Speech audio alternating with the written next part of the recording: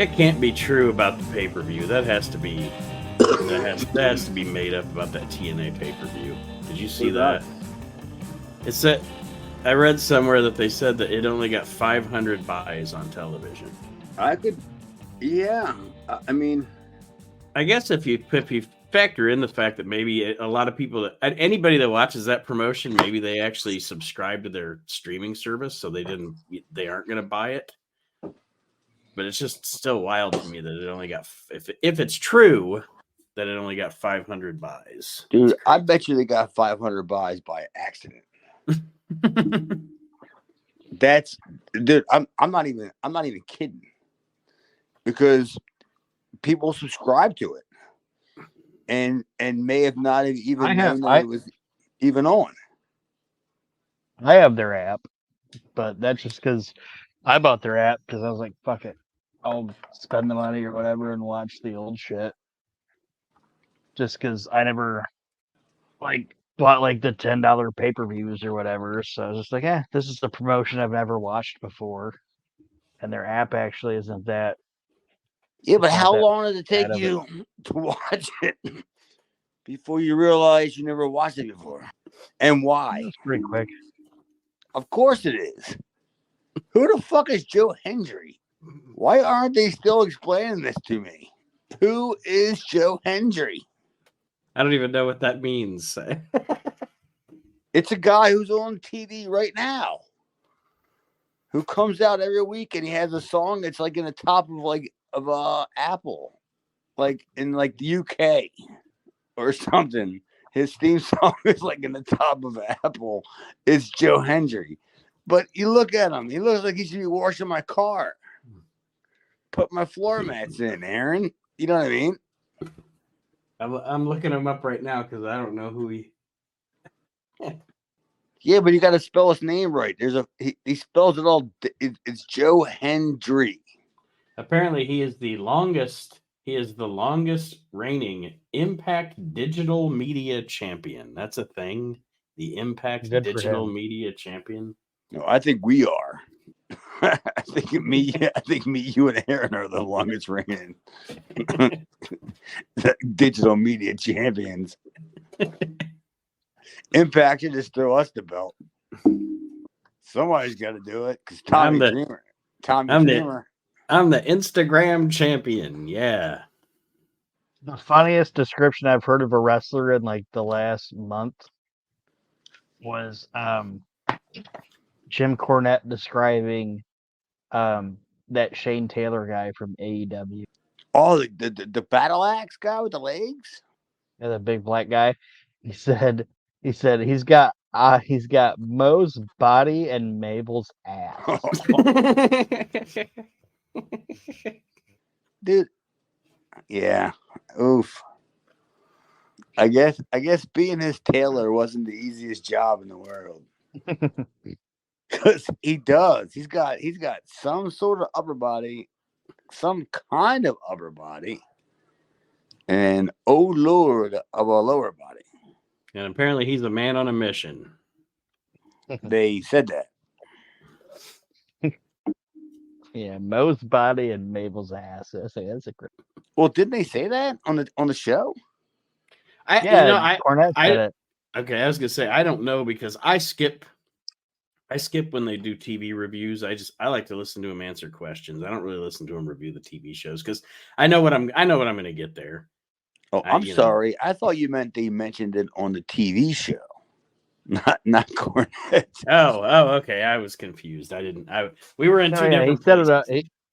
He said it in the drive-thru. He said it's Shane Taylor. He's got Mo's body and Mabel's ass. Best way to describe him. Wow. I think I married that. Well, just like last week, I'm leaving this in. But this week on Reliving the Extreme, we are discussing the episode of ECW from June the 11th, 1996. I'm starting to leave in the stuff we talk about before the show, because the past couple of weeks it's been pretty entertaining shit. Just leave it in. And on this show, a whole lot happened, but nothing happened. Yep, a whole lot of ink was spilled, but not a whole lot of content was written. I agree, Aaron. Yeah, you're not wrong. You're not wrong, Aaron. I have down here. I actually have down here. It feels like more happened than last week's episode, but I have less notes than last week's episode. Oh, I just started making notes of people in the crowd. Like that's what I started making notes of. Third row, Like, third row, 7 seats over's picking his nose. It was mostly a hey, I know that guy. Yeah. I think I even have some of Jessica's kids' names in here. Because it was people that I knew. Like I was like, yeah, I know all these people. But the open, I gotta tell you, Nate. I was a big fan of. You know, I mean, are we getting there right now? So you're talking about the press conference deal with Taz and Paul Varlins, right? Yeah, because it was a different opening, not a different opening from ECW per se, because we've already seen it with Night of the Honors Cross, but it was a different opening because it was just the way it was presented. I thought it was pretty good. Yeah, it came off as, I wrote that down here too. It's a different speed for the opening of the show. You have the contract signing. They're hyping it like a fight instead of like your normal crazy ECW, whatever you want to say. And the only thing that and we'll get into the meat and potatoes here, as they would say, but the only thing that bothers me, and it shouldn't, I guess it shouldn't, because I've seen the little guy beat up the big guy before, but the size difference between them is shocking. Yeah, And that wasn't even my biggest takeaway from it. It's like, obviously this wasn't a legit press conference, but if that was the best oh, I can't wait to take hear this. they got out of Paul Varlins, it's like, Jesus Christ. Like, Joey was like, oh, Paul Varlins, he's the guest in this situation, so we're gonna let him go first. And he was like, yeah, I came to Philadelphia to watch ECW The Extreme, and this guy, he wants a fight. So I said, yeah, let's do it. Okay, well, what did you expect out of him? I didn't expect him to call it ECW, yeah, The Extreme. Well, that means he's stupid. He is And- stupid. And, But at least do another take and say, I came to watch Extreme Championship Wrestling. yeah, but Like no, if this is the best they got out of it, it's like, God damn.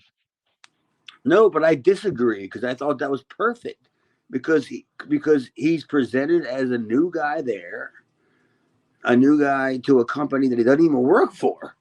That was basically provoked, you know. It's kind of like Mike Tyson going Cold Stone. Yeah, pretty much. And then Austin had to be like, Stone Cold. It's Stone Cold. but he still knew who he was. Right. Yeah, but I thought it was cool. I mean, I got it. I mean, it didn't. I'm sorry, it didn't affect my viewing pleasure. Which, oof, never mind. Just him going, I came to Philadelphia to watch ECW. Who was filling? Any of the people that were filling the roles of Team Extreme or Team Taz behind Taz? Just Chetty.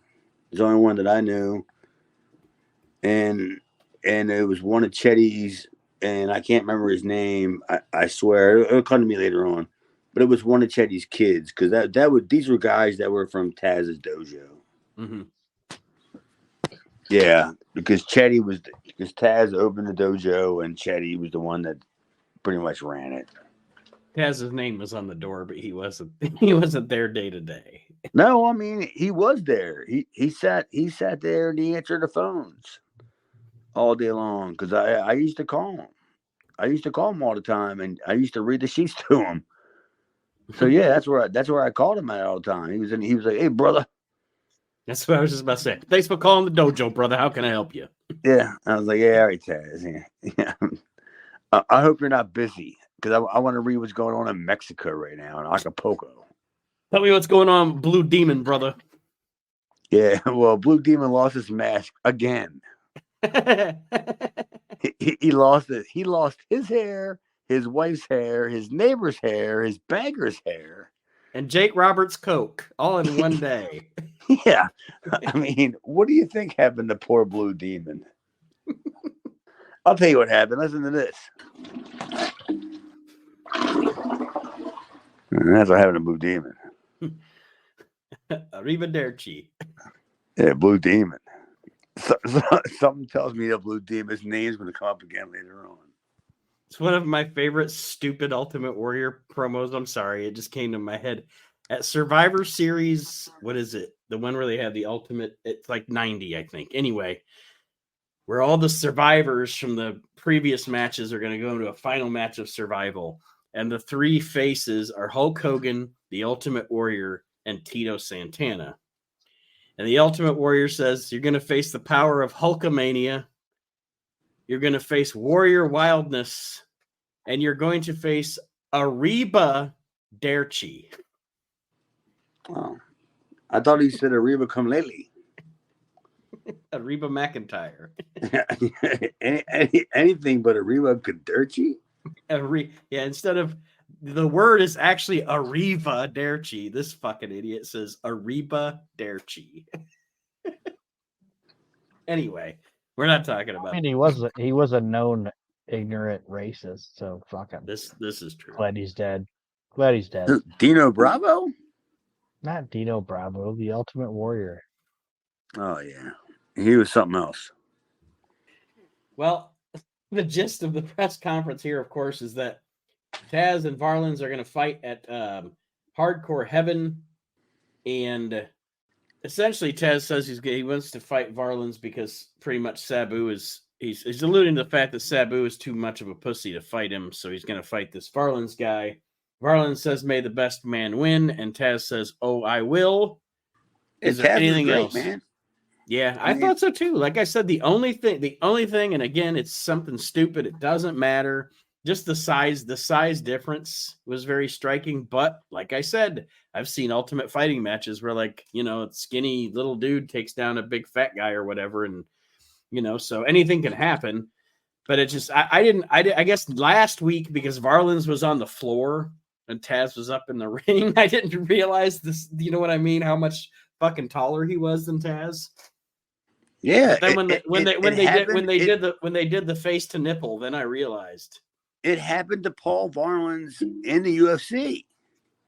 Like, he got exposed by a Taz. Like, he did. He got exposed by a Taz like multiple times. That's the funny thing is he never really lost. The only person that he lost to that was his own size was oh my God, I can't think of his name now. But yeah, he only fought one guy like that was even close to his size. But his record was always like 4-7, or you know what I mean. Like, my record was even better than that. He lost all the time to like smaller guys. But it was cool because nobody, I mean, at the time, what was the internet? You know what I mean? Who was going to look up Paul Varlins' record? They could have said he was a fucking 137-0. He beat up his grandma 39 times as an asterisk. At this point, were they even calling it the Ultimate Fighting Championships yet? Or was it just... Okay, yeah, I get my timeline screwed up with UFC sometimes, because I know for a while it just started out as like, it was just Ultimate Fighting. They weren't really that organized or whatever. And then at some point they branded it, and I can never remember exactly when they branded it.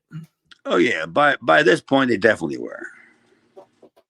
Like, they had a great crew of guys. I mean, like, a stellar. This is like one of their best crew of guys you've ever had in this time period. Yeah, that's UFC. This would have been like, I think they had like the Gracies and Chemo and Severn, all those guys doing it.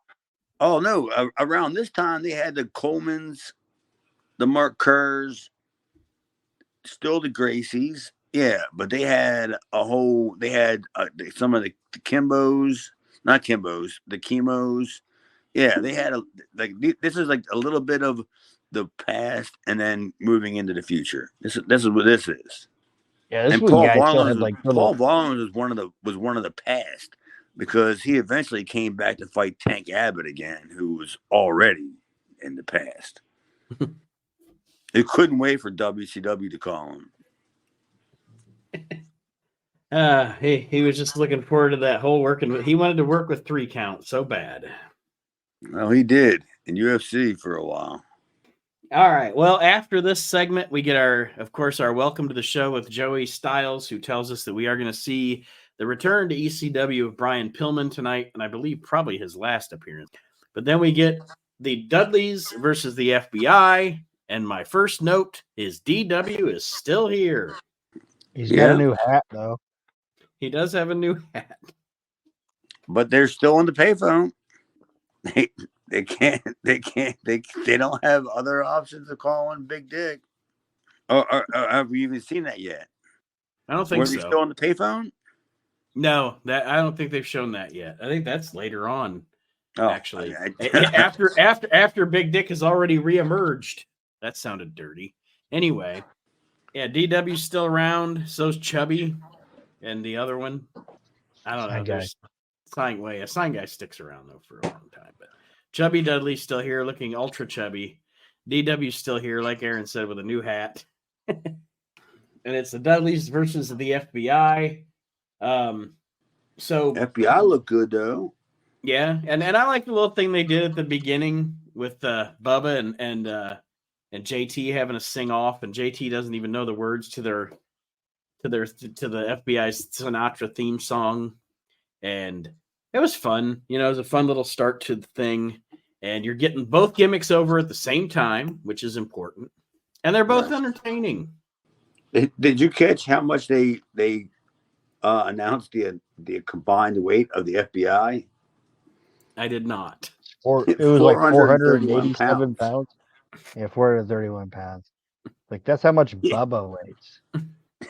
Dude, I laughed my ass off because I was like, there's got to be a joke in there somewhere. Is that how much Gertner's gonna weigh eventually? Yeah, because, I mean, 431 pounds. I mean, some guy weighs 260 pounds. The other guy weighs like 113. Is that what you're saying? No, they said Bubba only weighed 350 pounds. Bubba was way over 3. Oh no, his regular weight was 347. I don't watch AEW, so I'm assuming the Bo Mabel guy weighs 430. His bottom half. The Mo Mabel guy we were talking about earlier. Yeah, his bottom half does. But then, of course, Bubba and JT have a little fun on the mic, and then Devon comes in, and he's serious on the mic. And then the match begins. And did you guys have any specific notes on anything during the match itself? Because I don't. I only have 2 notes on it. The slingshot gourd buster thing they did right at the beginning with when Bubba hit it on Little Guido looked like shit. That looked horrible. And when Devon fell off the middle rope, yeah, I'm not a wrestler, so I don't know. But I don't know if that was on purpose or if he actually. Well, my note actually had for Nate to tell me what he thought, because I'm probably in agreement with you, Aaron, that I think that it was work. The reason I thought it was probably work is because he was in there with JT, and JT's known for purposely fucking shit up. So I'm like, it was probably them either doing it to just do it and be funny, or Devon ribbing JT. I would agree with that, probably. Yeah, it was just to show that it could happen to anyone, and that it's not just JT. But JT's the exception. So yeah, that's what I thought. Because Devon doesn't. But I thought Devon it worked. doesn't fuck up very. Yeah, Devon doesn't fuck up very much. Like when I watched, I'm like, Devon's pretty. He's a pretty stellar worker. So I thought it was a work. And Devon's not a big going up to the top rope guy anyway. Yeah. Or middle rope or any rope. But yeah, he winds up. Devon winds up getting the Dudleys disqualified because he cracks the referee with a chair. And he cracks everybody with a chair. Yeah, pretty much. But the first guy he hits is Pee Wee Moore. Which back in '96, if that guy was in the phone book and that was his real name, he'd be Moore Pee Wee. So he cracks Moore Pee Wee, and then we get Big Dick. We got more Pee Wee and Big Dick here on the Reliving the Extreme podcast. And I'm going through a bad relationship. Good Lord. Yeah, we get more Pee Wee and Big Dick. Okay. All right. I think the word kid me is coming up anyway. But yes, after all this insanity ensues, Highway to Hell or whatever WWE's version of it hits, and Big Dick Dudley. Real quick. Oh, go ahead. Real quick, sorry. No, that's all right. I did think it was funny when Devon hit DW. Joey was like, "Oh, he broke his new hat." Well, you thought it was funny. We get the return of Big Dick Dudley to the ECW arena now. But of course, Devon, we aren't sure if Devon knows that Big Dick returned or not because he's already out of the arena. He chased he chased someone out of the ring with a chair. I don't even know. Another Dudley. I think it was more Pee Wee. Why can't it be just another Dudley? And you can just do yakety sax again. Pee Wee Dudley. Pee Wee Dudley. Yeah. Yakety sax. Yeah. Just show me the Dudleys in a car every single week. Running through a parking lot.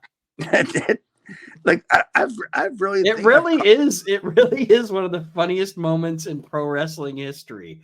That I really think I've come to this in my life where all I need every single day is a pack of cigarettes, like a 12-pack of beer, and the watch Bubba Dudley just running around in the locker room, or whatever, yakety sax.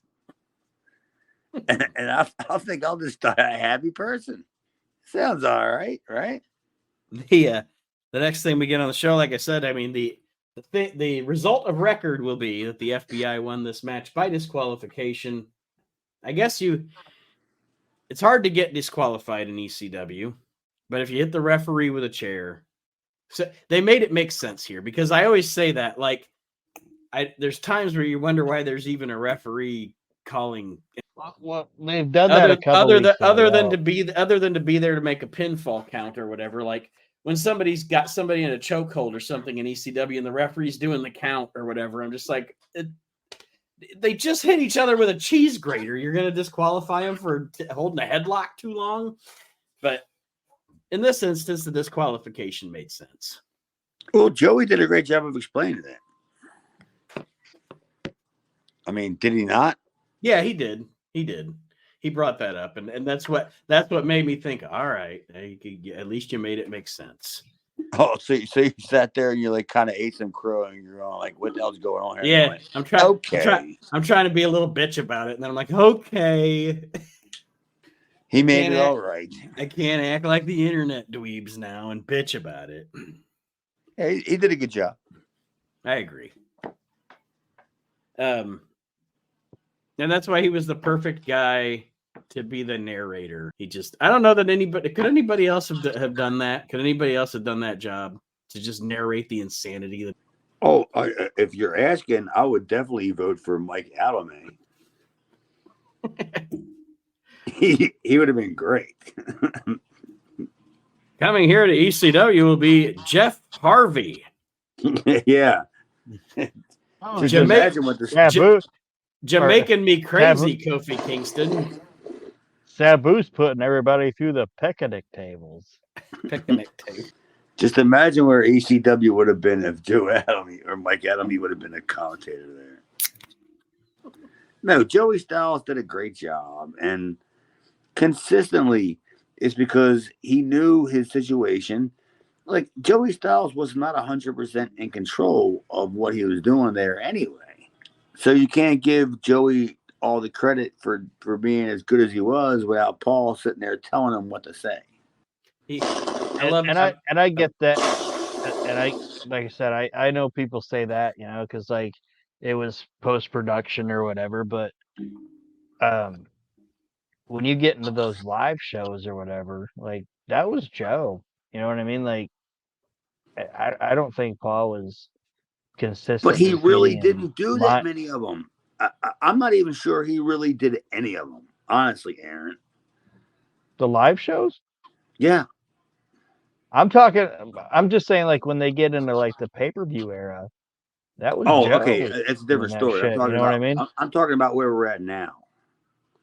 Yeah, and I get that. I'm just saying, like I hear a lot of times what you're saying, Chad, and I understand that with this era of it. But like and we're gonna get into it later, obviously. But when you get into that pay-per-view era, that was Joey. There were times where he was just the guy on a fucking 2 hour and 15-minute pay-per-view.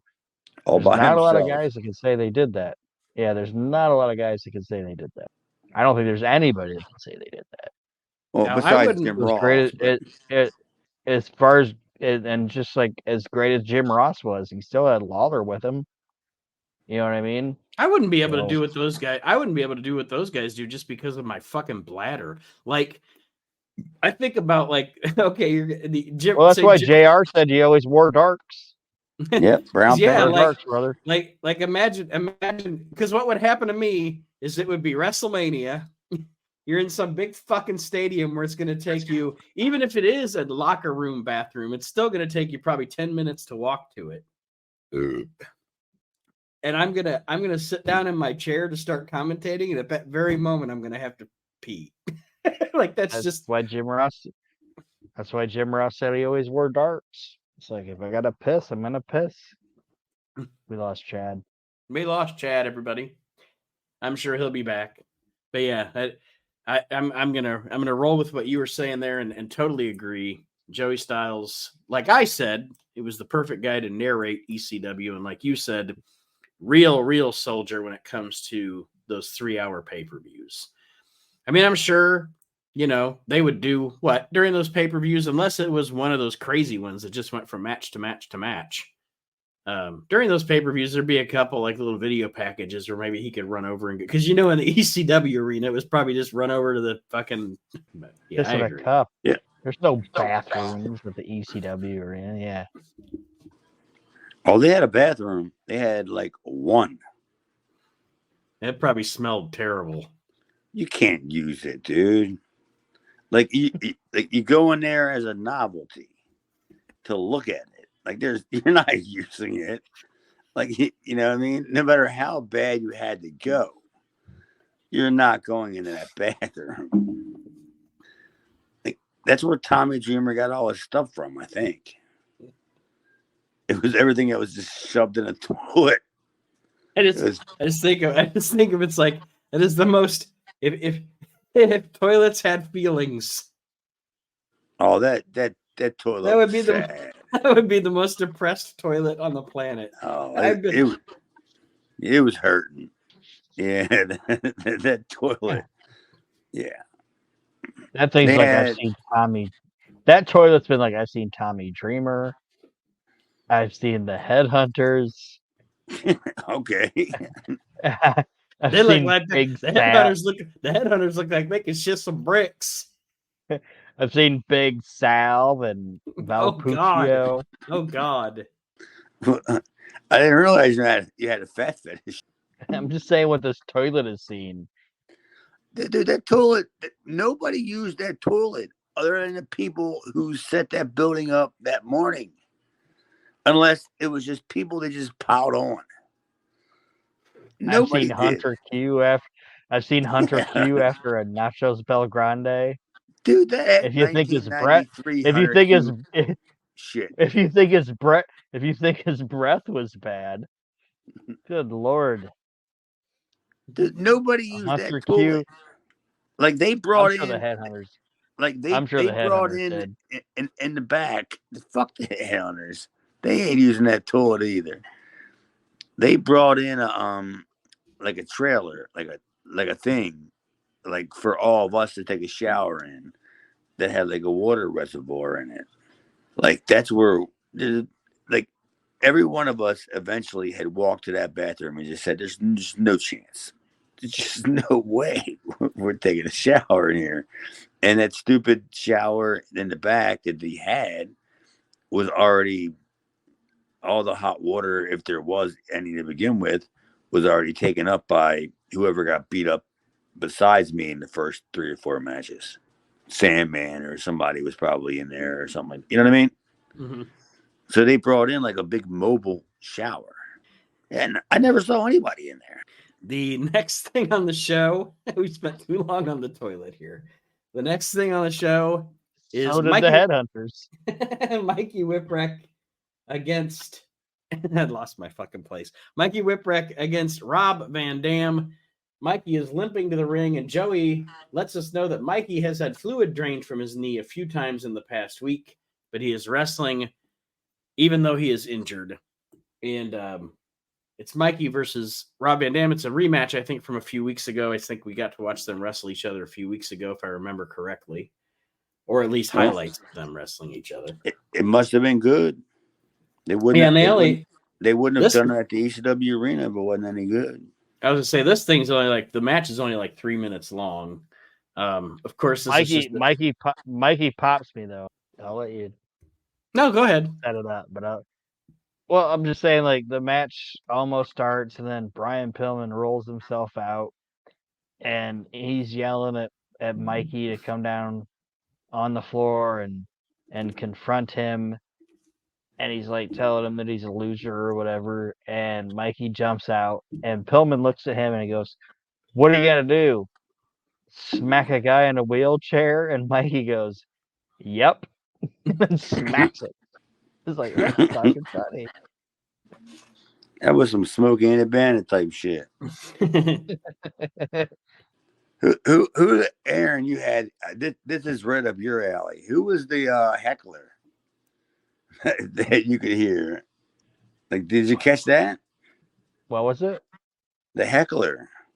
I didn't hear a heckler. Oh, there was some guy that yelled out, "Get the fuck out of here, Brian, with your inside information." like some dude, like that. One of them neckbeard guys, like leaned over the rail and just said, "Get the fuck out of here with your inside information." Like you had UFO cover-ups. I didn't hear that. It's probably Brian Alvarez. His inside information. His inside information was he was going to the WWE in about a couple weeks. Which Joey already said it. Yeah, Pillman is definitely. Go ahead, Aaron. Sorry.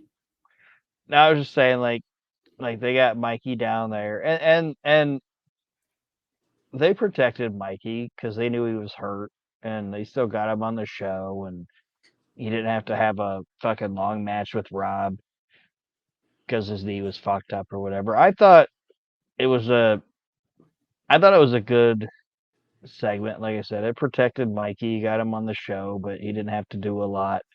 I didn't think Pillman's promo after was very good. No, and I think it was. Yeah, he didn't say anything, and I think it was kind of. I think that this whole appearance by Pillman was pretty much him doing I'm doing what I have to do, but I'm fucking out of here. You know what I mean? Like he knows he's out. They know he's out. And I might be wrong, but I know a lot of times, like they said that, like the narrative is that he was working people and he was out of control or whatever. But he had just came off of that accident. I think Pillman was fucked up here. I got no problem saying that at all.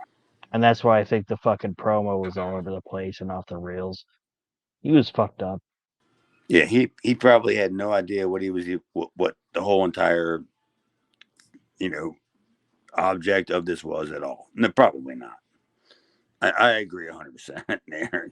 Yeah, he probably just thought he was getting paid to be there, and they told him to say something, and he said a bunch of shit, and he thought he remembered something from a few weeks ago or something. Yeah, because I mean, the gist of what he's trying to do, or what he was probably instructed to do, is you're on your way out. We need you to put over this Rob Van Dam kid. Because that's kind of what he's doing. Is he's you know what I mean? He's putting Van Dam over because he's on his way to be gone. So Van Dam's going to be the new, which he kind of did towards the end of it. But I'm saying like when he was like towards the end of it, he got back on it when it was like talking about Rob, but just that middle after, like he beats up Mikey and just that shit between him beating up Mikey and then putting over Rob, it's just all over the fucking. And I'm not even faulting him for being fucked up because he just got out of an accident. Like my thing is like, why'd you put this guy out there like that? And I know why they did, but it's like you shouldn't have put that guy. Oh, I can totally agree. I can see how we're all thinking about it. The after the match, they did something I thought was a tad bit silly. They just replayed the whole match, but in fast forward. Yakety sax? Kind of, yeah. But like I was like, because they said something about a replay, and I thought, oh well, they're gonna replay the finish or whatever. And no, like it was almost like the whole match, but it was just like 1.5 speed. And they just, I don't know. I was like, this is. Well, the whole match was only 3 minutes. I know, but I'm saying, why'd you show it to me again, but fast forwarded? And who was this? This was right after the match aired. Joey threw to what he called a replay, and then they like replayed the whole match, but fast forward style. Oh, I got you. Yeah, I thought you were trying to figure out how he threw a Tommy Dreamer thing in there, and he played yakety sax to it. Tommy Dreamer's never done So anything bad. fast or forward. Yeah, I bet he moves fast toward the buffet. To the pay window. Fuck Tommy Dreamer. Right. Joey comes back. He hypes up the fact that he pretty much hypes up Sabu and Rob Van Dam, the suicidal style of Sabu. And then we get a Paul E. Dangerously promo, which he pretty much rehashes the same promo he's cut for the past 3 weeks about Van Dam getting the insider information from Taz about Sabu's injury. So, I mean, he's cut Dave Meltzer.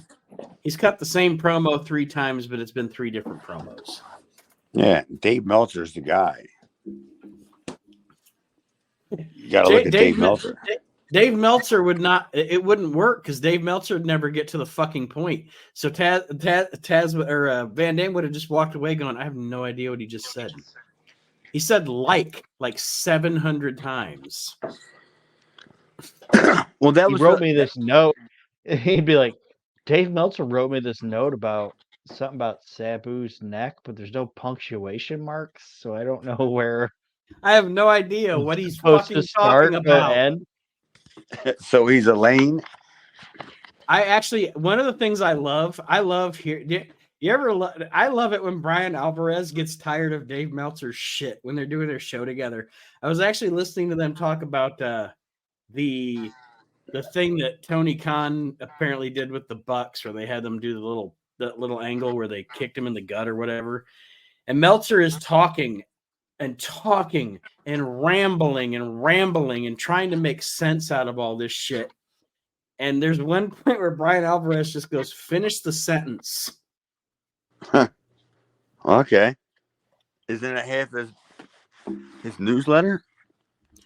So I'm saying he doesn't have punctuation marks in his actual speech. Well, he still makes a lot of money doing what he does. I can't hate him for that, man. Oh no! Do what you do, Dave. I don't give him my money, but I don't begrudge him for making money. Absolutely. You ain't kidding, man. Neither do I. Because he is no more an expert on the wrestling business than any of the 3 of us, and he has made money calling himself an expert on the wrestling business. So God bless him. It's all a grift anyway. It's all a work. God bless you, Dave. 50 years. It still still hasn't put any punctuation. Well, you got to put exclamation points. Elaine Bennett's over here. Elaine Bennett's Meltzer. Fuck Dave Meltzer. Maybe that'll get us some clicks. Who's that kid that? I'm done. I'm done with that. Let's move on here. Our next segment on the show is Shane Douglas, and I like this segment, every bit of it. They talk about how Too Cold Scorpio was sick. He was supposed to be getting a shot at Shane Douglas. So Douglas comes out and he does the heel thing where he calls out anybody, and our old friend El Puerto Ricano comes out to the ring, gets squashed. Squash the. No, don't say you got squashed. You put up a hell of a fight. Well, no, I'm saying Nate buried the lead with it. They're starting it out with Shane doing the gimmick where he doesn't care about the TV title, because we got to preface that at the end. At the beginning of this, he doesn't care about the TV belt. He's dragging it, and then he gets in the ring. And I actually like the fact that he didn't hold the belt up. He held it waist high and kicked it. The start he did of kick the it. He did kick it. Yeah, he kicked the belt. He's like, fuck it, the beginning of it is he doesn't give a shit about the TV. Just saying, you got to preface that to get where we're going at the end of it. So, go ahead. El Puerto Ricano comes out. Shane defeats him, and then we come back, and poor Donnie we didn't even get to see Donnie Allen walk to the ring. He's just already there. Darby's dad eats it quick. Darby's dad. Dude, it's just amazing how many of us guys, not just me, because I'm already gone, but are still there. Mm-hmm. Not even besides Chubby Dudley or anybody we always joke about that's still there. Donnie's still there. El Porto Beanzo, whatever is, I don't know what his name is, still there. It's just so many of us that are just still hanging around in the locker room, waiting to get used. But we're only a heat cup away from Supernova. Fuck. Supernova's even there. He appears. He doesn't get beat. Man, Supernova's No, I know. there. That's what I'm saying. We're only a heartbeat away from this. But we have guys what's that? What's that? 7 degrees of separation. It's 7 degrees of Supernova. Well, I hope not. He stinks too. Mike Bucci's a fag. Would that be the name of the show? No. No. I Mike would. Bucci's a fag. I like how we were both no in stereo. I actually like Mike. And I sometimes talk to Mike. So me just saying that. Click. Yeah. Me just saying Mike that. Bucci's a fag would get. Yeah. It's like me saying Jeff Jones is a child molester. It doesn't mean anything. It's just me saying what I'm just saying. I know it can't be the name of the show, but I guess somebody clicks Mike Bucci's a fag would get. He's a fag. Well, Shane dispatches Donnie Allen. He dispatches Devin Storm. Mikey Whipwreck even comes out. Shane makes him submit, and then Pitbull too. Hey, can I just want to ask one question? Sure. Like I said, I'm not a wrestler or whatever, obviously, but when we were talking about how they took care of Mikey in that Rob Van Dam match, yeah, Shane hit that weird looking neck breaker thing. Texas Cloverleaf on Mikey. Oh. It looked like Shane was almost protecting his knee. It's like I don't know. I might be wrong, but I mean, I'm not gonna. No, don't get me wrong, because I'm not gonna speak about Mikey in any sense. But Mikey was going through a lot of injuries around that time, so I wouldn't doubt it at all. I mean, Mikey was going through, I don't know, back issues, neck issues, a bunch of issues. And I think the knee issue was something that he pretty much came in with. You know what I mean? I think that was something that, yeah. So I it's fine.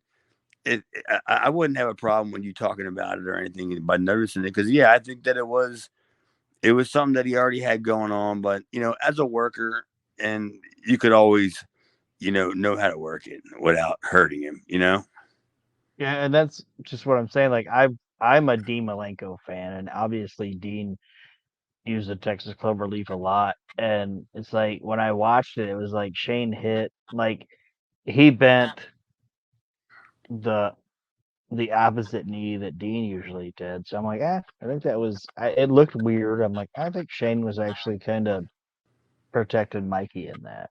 I Yeah, don't well, know good if for I'm him, wrong man. or whatever, but Yeah, because Shane probably had the next day off or whatever, and Mikey probably had to go pack some boxes. I don't know what the hell I had to do. Yeah, that's fine. That's cool. I'm glad Shane did that, because I've been a victim of not just me being a victim of. I've been a victim of actually doing it as well, where I've taken advantage of something like that, where I actually worked somebody's bad leg when I probably shouldn't have. But in wrestling, you work by the left side. You work everything the left side, left leg, left arm. the we get to the exclamation point here, and that's why I said I like this segment, because it built well. Shane going through different wrestlers to build up to the altercation with Pitbull 2, who comes out to challenge him for the title. I will let you guys talk about the match, but one thing I wrote down while I was watching this match: Jesus fucking Christ, that guardrail spot. Like, how does Pitbull 2 have testicles left? I've never seen anybody hit their nuts with so much force on a guardrail. Watching, like, I'm like, oh man, that makes me want to puke. Dude, that was That was the luckiest. brutal. That was the luckiest nut shot you could possibly imagine. that one probably went through both, like between both of them. I'm just like, I don't know how the dude's even fucking walking right now, because I'm not even probably sure he just is walking right now. well, not right now. well, not right now, no. But at that time, they probably just flopped over each side. Might have just nicked his taint. God, it looked fucking brutal though. I was like, holy fuck. Yeah, if I had to guess, it would be because he had first he had some sort of a strap on, like not a dick thing, but like a jock strap thing, Right. and he probably had a pair of like jockeys on over top of that, like underwear, some sort of underwear, and then he had like his regular like stuff on. So yeah, they weren't flipping and a flopping. They weren't out there like a naked innocent boy roaming the countryside. Like they were pretty much hemmed up. You know what I mean? But Can yeah, that be I the could name of see. the show? Can that be the title of the show this week? He probably had a strap on.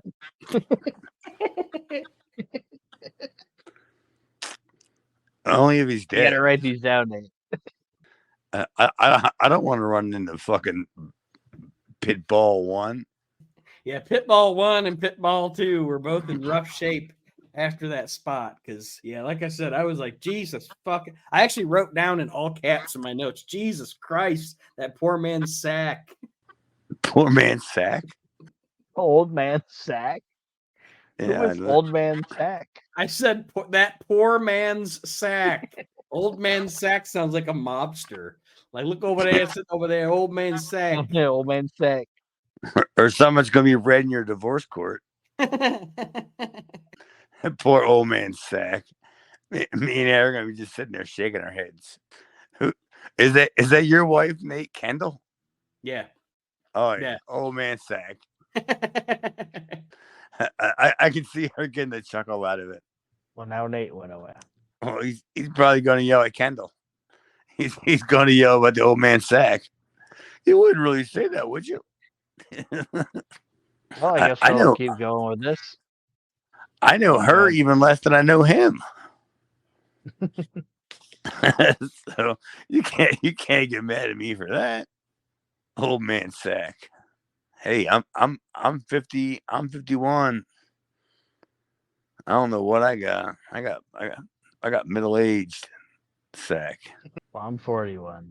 Oh, it gets better or worse. You wait. You Well, wait for. Well, I don't wear underwear. I haven't worn underwear since '83. let's see where I was born. Well, gravity, buddy.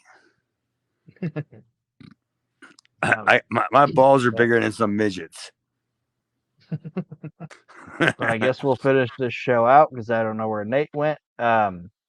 Like you guys said, Pitbull 2 got his nuts hit off the guardrail, but he returns and ends up getting the super bomb on Shane and becomes the new ECW television champion. And um, with this, I like the fact that after Shane's lost the TV title, now he wants it. Like it pisses Yeah, him because off he did the now. whole Like, deal.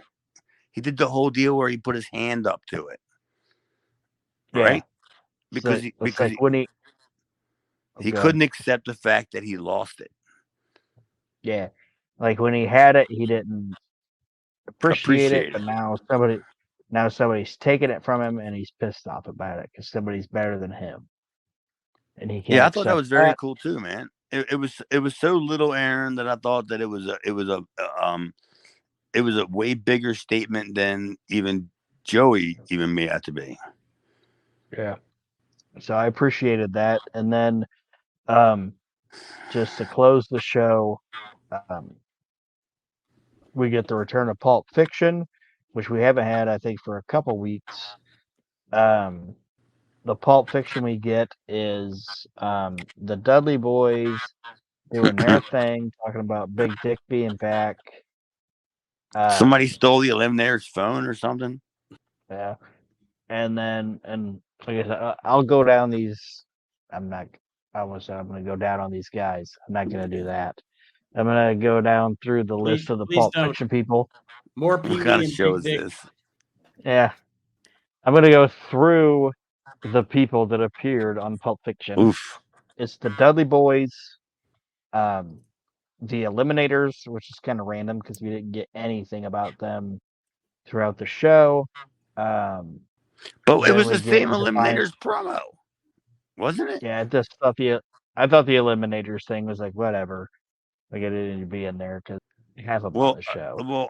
A little insider baseball that leads me to believe that things were going bad between Paul and the Eliminators prior to this, and all of a sudden things are going better, and that's why that was slipped in there. Because you're right, it had nothing to do with anything we saw.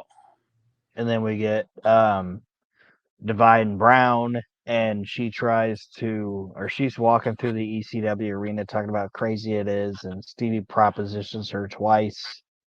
Um, And then she told Stevie she used that bathroom, and he was like, "Never mind." yeah, he's like, you don't even have water socks on, you nasty bitch.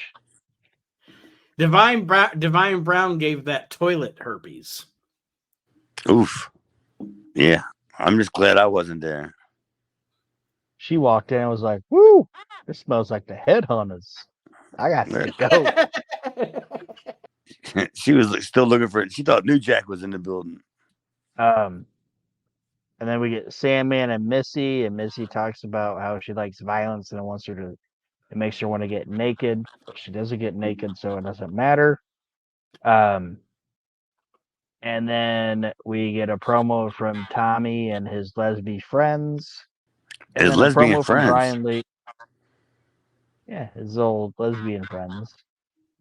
It's Tommy, Kimona, and Beulah. Tommy was babbling about fucking Raven and Brian Lee. And then Brian Babbling. Lee cuts his promo, and then the show ends with Raven just saying, quote the Raven, nevermore. I still like Tommy's just. Why couldn't the show just end with Tommy just babbling? He's just saying anything. He's reading off like what time movies. You know, that's yeah. Why don't you tell me what movie you're in? It's a movie phone. Yeah. I know I Like fell said, off. I was just gonna Oh, say go really ahead, quick sorry. before we close out the show. I know my shit fell off, so you guys can be like, "Fuck your opinion. You weren't here for it." But I really liked the Douglas Pitbull thing and the title win. I thought that whole Well, yeah, segment was super effective. it's like we talked about. It was cool that, and that's why I wanted you to say it before, that going in, Shane didn't want the belt, but now that he doesn't have it, now Mhm. it's the thing that he wants the most. Like, that's good heel shit. You know what I mean? Yeah. Yeah, I just like anything Dudley. Fuck it. I'll take anything Dudley's. And Well, like I said, Just give me that for 47 like I years. said, a lot of shit happened on this show, but nothing happened on this show. Nothing happened. but I still Yeah, enjoyed good it. point. I still enjoyed it. Because nothing bad happened. Like the thing that I'm the most tired of in this promotion as we're watching it right now is anything involving Dreamer, the Bruise Brothers, and Brian Lee. And that was all confined to like 13 seconds during Pulp Fiction. And I'm fine with that because I'm over it anyway. But overall, I like the show. It featured the people that I like to watch in ECW. And it built well toward the next show, which is Hardcore Heaven. And I liked this episode. Yeah, me too. So I got no problem with it. It was just kind of like a basic. It was a basic show. What does that mean? A basic show? What the? I mean, like I said, it just Well, it I mean, was like was so like it a complacent show? Was it a yeah, showcase show? it was just a show that it didn't, like I said, it didn't really further anything, but it didn't like hold anything back. It was just kind of there, in my opinion. All right, so they got a few more weeks to build before they got a pay-per-view. So they're just continuing with stories, is what you're saying, I guess, right? Yeah. All right, that's fine. I got you. I understand. It was a decent show. It wasn't a nothing burger. It was a nothing burger with cheese. And the Dudley's on it.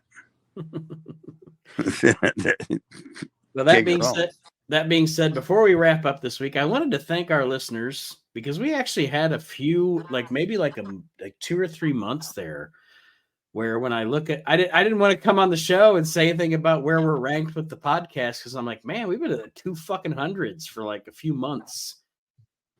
I was kind of depressed about it, but in the past 3 weeks, I don't know what happened, but thank you, our listeners. We actually have been in the top 150. Our peak position over the past few weeks was actually in the wrestling category on Apple Podcasts. We've gotten up to 82, which is actually our highest rating yet. Before it was 88. So ratings are back. I think we have actually more viewers than Dynamite, so that's good. That's sad. But yeah, I want to thank our listeners for listening and like we always say, the best way to help a podcast, the best way to help us out is to tell your friends, tell people you know that are old school wrestling fans and like ECW about the show. And anywhere you can comment or give a 5-star rating, whether it's Apple, Spotify, etc., do that because that helps us in the algorithms. When people look up pro wrestling podcasts, that kind of moves us up the search. But thanks to our listeners for getting us back up there in the ratings again. I thought you all left us, but apparently you came back.